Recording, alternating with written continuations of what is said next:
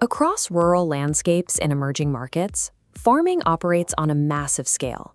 Millions of acres are dedicated to raw agricultural production, forming the bedrock of local economies. But this baseline is highly vulnerable. The moment a crop is harvested, a ticking clock begins. Farmers face the immediate physical pressure of short shelf lives and high rates of post-harvest loss, forcing them to offload produce as fast as possible. This rush creates value leakage. Raw materials grow in fields, but the real money is made after crops leave the rural zone. In urban centers, they undergo packaging, branding, and manufacturing. That's where the highest profit margins are captured. This leaves razor-thin margins for the people who actually grew the crop. They shoulder the physical labor and weather the agricultural risks, but see very little of the final retail value. As long as rural economies strictly export raw commodities, they remain suppliers of cheap materials, unable to capture or build their own domestic wealth.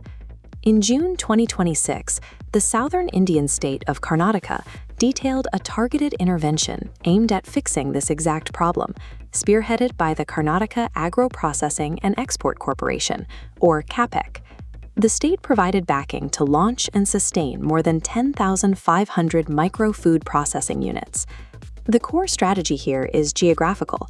By building processing capacity right next to the agricultural fields, the policy halts value leakage at the source. Instead of loading raw crops onto trucks heading far away, the harvest goes straight to nearby facilities to be transformed into packaged, manufactured goods locally. By moving the factory directly to the farm, local entrepreneurs and farmers can finally domesticate the profit margins that come from higher-value consumer markets. But CAPEC's update revealed something else.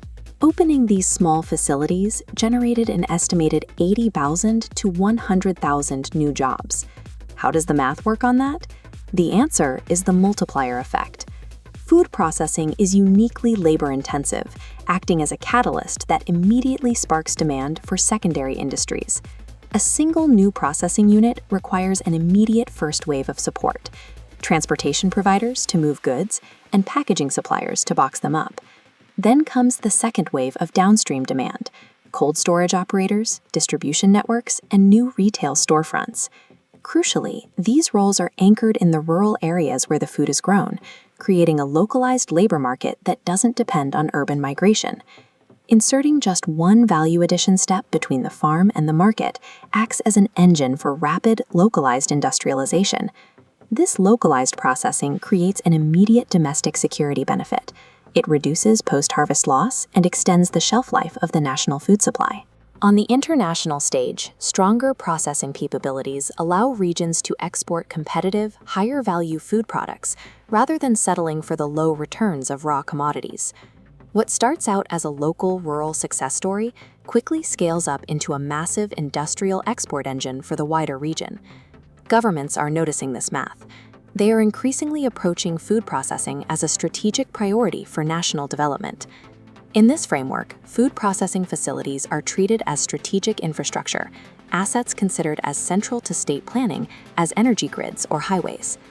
With global pressures on food systems mounting, more administrations are turning to value-added agriculture as a practical tool for rural job creation and economic stability. Karnataka's model suggests that the ultimate yield of a harvest is the resilient, job-multiplying ecosystem built around it.